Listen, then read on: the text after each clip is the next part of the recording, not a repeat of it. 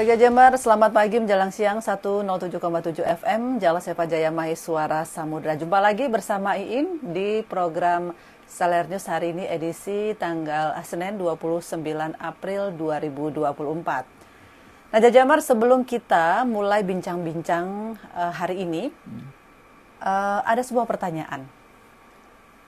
Pertanyaannya, mengapa kita perlu belajar sejarah? Nah, seberapa pentingnya kita belajar tentang sejarah? Dan juga ada sebuah ucapan dari Insinyur Soekarno yang menekankan betapa pentingnya mengenai sejarah, yaitu bangsa yang besar adalah bangsa yang mengenal sejarah. Jadi dilihat dari ucapan Bung Karno, memang betapa sejarah sangat penting untuk dipelajari. Nah, tentunya Jajamers, hari ini kita sudah kedatangan narasumber kita dari Dis Sejarah Hal ataupun Dinas Sejarah TNI Angkatan Laut. Ada Kolonel Laut Dr. Andes Heri Sutrisno MSI, di mana beliau sehari-hari berkecimpung sebagai Sekdis Sejarah Hal. Kita akan sapa dulu. Selamat siang Pak Heri. Selamat siang Bu Iin, selamat siang Jajamers ya. Jajamers kita di hari ini. Assalamualaikum warahmatullahi wabarakatuh. Salam sejahtera bagi kita semua. Amin. Gimana kabarnya nih Pak Heri? Sehat, alhamdulillah sehat. Iya, perjalanan lumayan jauh dari kantor sejarah ke sini. Mudah-mudahan nggak macet ya Pak ya? Alhamdulillah ke Celangkap dari Raden Saleh. Dari raya ke Celangkap lancar. Lancar ya. Nah tentunya Jajamers, kita juga hari ini bincang-bincang Pak Heri tentang sejarah, di mana tema hari ini tentang kajian sejarah untuk mendukung pembangunan kekuatan TNI Angkatan Laut.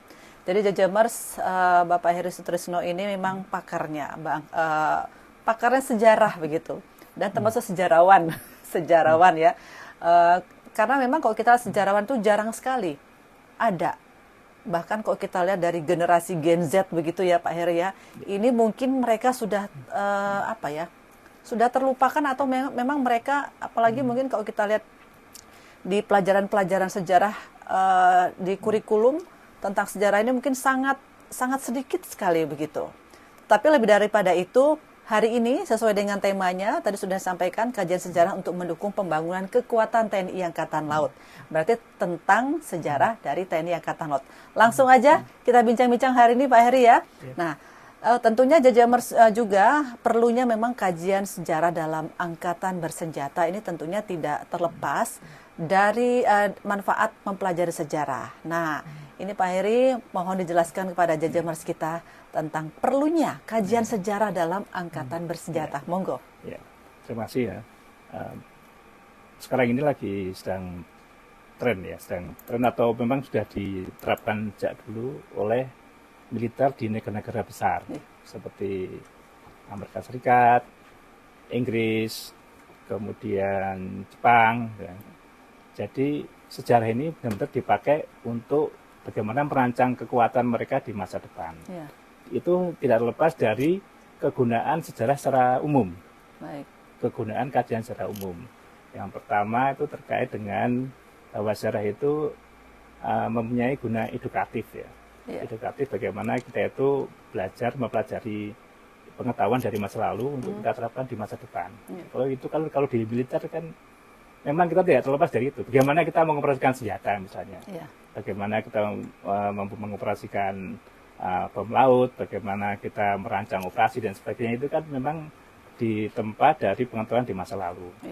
Filsafat ini bahkan ada ini belajar strategi, belajar itu belajar strategi di militer, baik itu operasi, baik itu pembinaan personil, baik itu pengembangan alutsista, itu kan dari sana. Itu yang pertama, kegunaan sejarah. Yang kedua, yang tidak kalah pentingnya adalah inspiratif. Kegunaan sejarah inspirasi. Sejarah itu memberi inspirasi.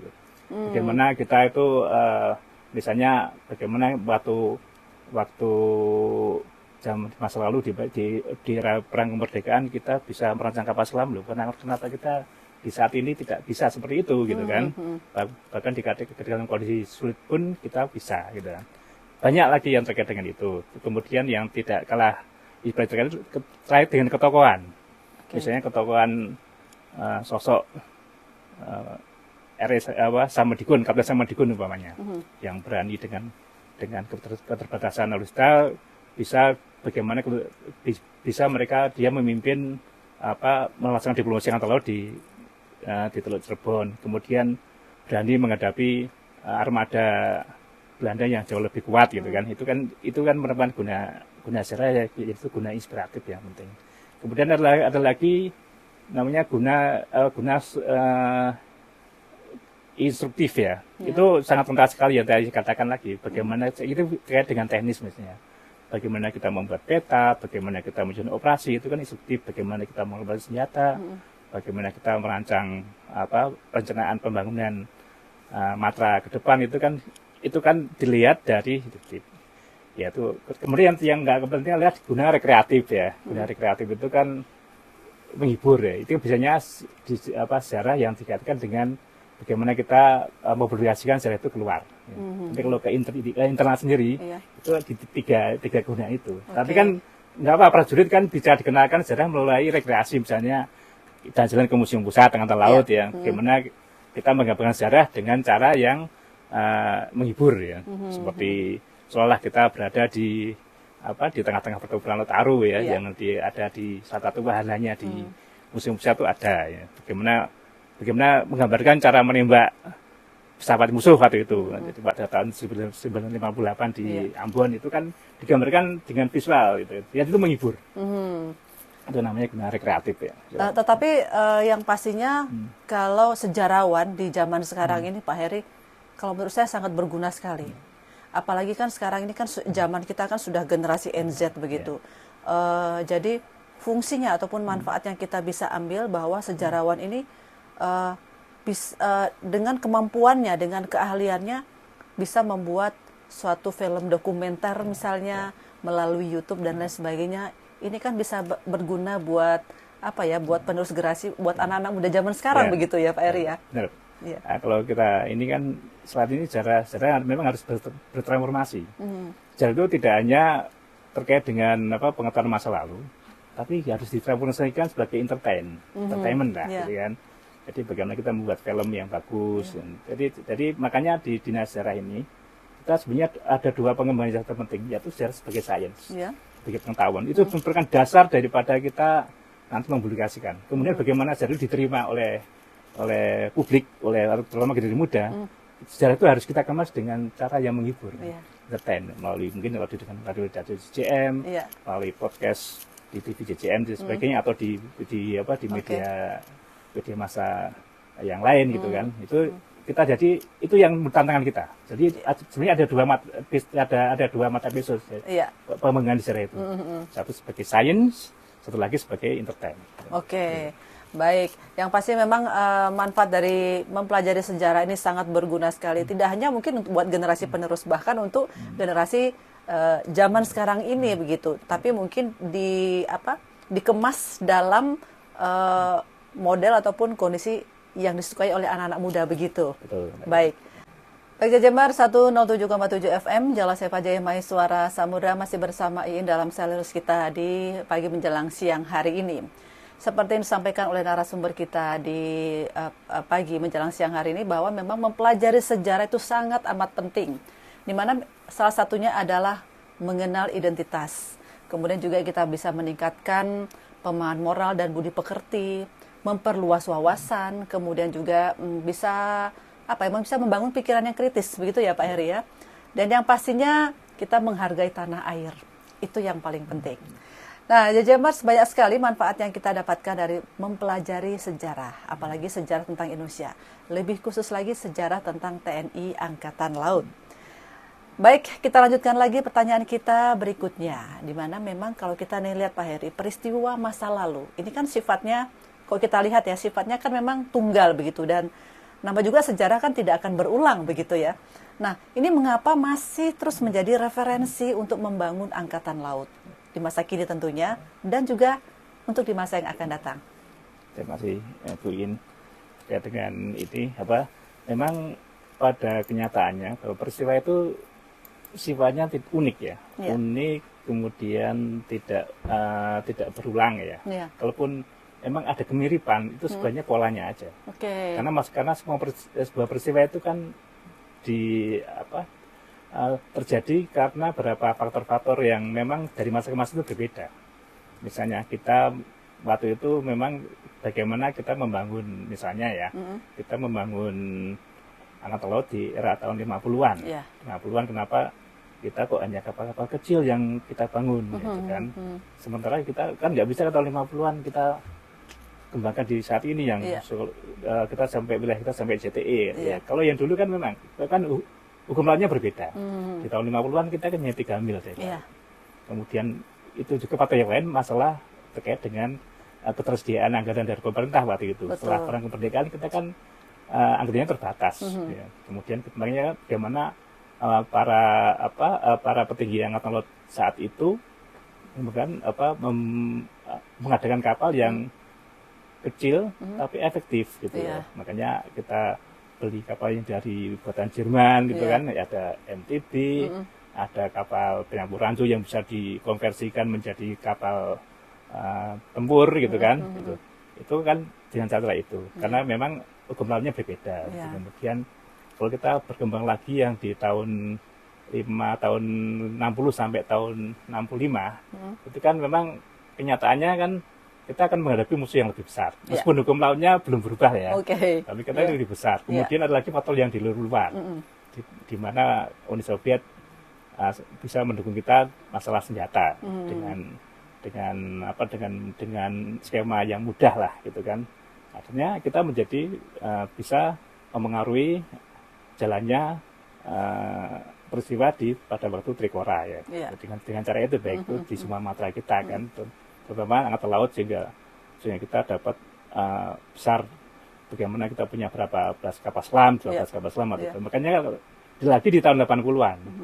Bahkan di tahun 70-an kita kan tidak banyak berkembang kan, karena memang setelah pasca peralihan dari Orde Lama ke Orde Baru itu kan, kemudian ekonomi kita juga nggak mendukung, jadi 70. Tapi lihat aja di tahun 80-an kita booming minyak, banyak dipengaruhi pada ekonomi, kita bisa membangun korvet, membeli fregat gitu kan, kemudian membeli kapal selam baru, kemudian yang lain-lain lah ya. Kemudian di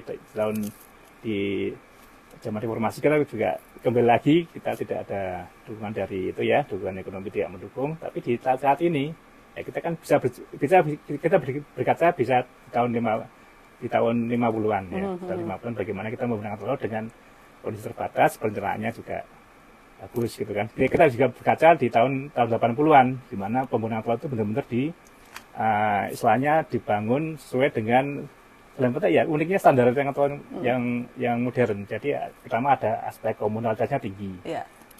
Apapun kapalnya, dari mana asalnya, tapi sewaknya terpadu gitu. Dulu ada PS Patrosik Pilot dari Korea Selatan gitu kan. Ternyata bisa padu dengan teknologi yang buatan Yugoslavia, KRI Desa Dewantoro gitu kan. Kemudian KRI Fatahillah dari Belanda, kemudian kapal yang fregat yang baru datang pun juga sama, juga bisa memiliki sewako yang sama, sehingga personil itu juga lagi juga lebih memudahkan personil kita untuk belajar dan pelatih gitu kan, hanya dengan satu pendidikan bisa mengawaki semua kapal gitu. Beda kalau kapalnya berbeda-beda jenisnya kan, repot ya. Jadi itulah yang jadi lesson kita saat ini. Kita membangun misalnya ini satu aspek aja ya, praktek alutsista. Belum lagi ke aspek operasi. Di tahun 50-59 itu, kita tuh banyak melaksanakan operasi amfibi karena banyak pemberontakan kan dari Republik Maluku Selatan di tahun 50 sampai 51 gitu kan. Kemudian PRRI Permesta. Dan uniknya lagi, kita tidak menggunakan operasi amfibi yang skala besar. Tidak yang namanya opposite landing ya. Jadi kita langsung menyerang ke daerah pantai yang dipadangkan musuh langsung. Tidak. Kita justru melaksanakan operasi amfibi ke daerah yang tidak dipertahankan. Dan itu luar biasa. Triknya begitu. Artinya gitu. Contoh waktu di Padang ya. Kita tidak ke kota Padang yang dipertahankan oleh pasukan PRRI waktu itu. Kita ke pantai sebelahnya Pasir Putih yang 5 mil dari situ. Sementara kapal kombatan kita itu melaksanakan tembakan BTK namanya, tembakan kapal di arah Padang. Jadi seolah Padang jadi sasaran tapi bukan kan. Yang kedua waktu kita melakukan operasi amfibi di Kema. Kema itu di Sulawesi Utara ya. Itu kan kita sasaran sebenarnya adalah kan Manado kan. Betul. Pusatnya Permesta. Tapi kita justru mendarat di pantai timurnya. Yang itu yang memang tidak dipertahankan oleh pasukan Permesta kan. Kita melakukan operasi amfibi dengan pasukan darat KKO, kemudian dilanjutkan dengan operasi pendataan literasi dari beberapa batalion angkatan darat. Kemudian kita bersama-sama didukung oleh angkatan udara, kemudian BTK kapal juga. Kita menuju Manado dengan kekuatan penuh. Dan lihat itu lain dengan operasi di Normandy. Langsung menyerang perdana musuh di Jerman waktu kan, di perdana Jerman di Normandy. Tapi kan kita tidak seperti itu. Dan itu cara kita ini digunakan oleh Inggris waktu perang Malvinas. Mereka tidak menyerang Port Stanley yang basis garnisonnya Argentina, tapi mereka menyerang di San Carlos. Dan sama Gus Green, jadi sama dua pasukan itu